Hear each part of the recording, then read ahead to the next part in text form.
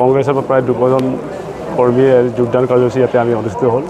দেখা গৈছে ৰাইজৰ যিটো উৎসাহ সন্মিলিত গণশক্তিৰ প্ৰতি আকৃষ্ট বৃদ্ধি হৈছে আৰু এই সুযোগতে মই ক'ব বিচাৰোঁ যে আগন্তুক পঞ্চায়ত নিৰ্বাচন যিহেতু আহিছে, গতিকে সন্মিলিত গণশক্তি ক্লাবৰ পৰা আমি বিভিন্ন অঞ্চলত পাতি দিছোঁ আৰু এই ক্ষেত্ৰত আমি ইতিমধ্যে যোৱা কেন্দ্ৰীয় সমিতি আলোচনা কৰিছোঁ যে যাতে আমি পঞ্চায়ত নিৰ্বাচনৰ আমি বিজেপি মিত্ৰজনৰ লগত আমি নিৰ্বাচনটো খেলিব পাৰোঁ। গতিকে আজিৰ যোগদান কাৰ্যসূচীয়ে আমাক আৰু উৎসাহ বঢ়াইছে যে প্ৰায় 200জন কৰ্মীয়ে কংগ্ৰেছ কৰ্মীয়ে আজি সন্মিলিত গণশক্তি নীতি আদৰ ভাল পাই আমাৰ সন্মিলিত গণশক্তি যোগদান কৰিছে। গতিকে মই সকলোকে ধন্যবাদ জনাইছোঁ আৰু আমি আশা কৰোঁ এই কেইদিনৰ ভিতৰত আমালৈ নতুন নতুন খবৰ আহিছে আৰু প্ৰাক্তন কংগ্ৰেছ কৰ্মীয়ে হওক বা কংগ্ৰেছ কৰ্মী হৈ থকা বা জনজাগৰণ গোটৰ পৰাই হওক বা আমাৰ বিজেপি পালৰ পৰা কেইটামানে আমাক যোগাযোগ কৰিছে। এখেতসকলে অতি সোনকালে কেইদিনতে আমাৰ সন্মিলিত গণশক্তিত যোগদান কৰিবলৈ কৰিছোঁ। গতিকে এই খবৰে আমাৰ কাৰণে উৎসাহিত হৈছে যে আমি নিশ্চিত যে আগন্তুক পঞ্চায়ত নিৰ্বাচন সময়ত নিশ্চিতভাৱে সন্মিলিত গণশক্তিৰ জয়লাভ কৰিব আশা কৰিছোঁ।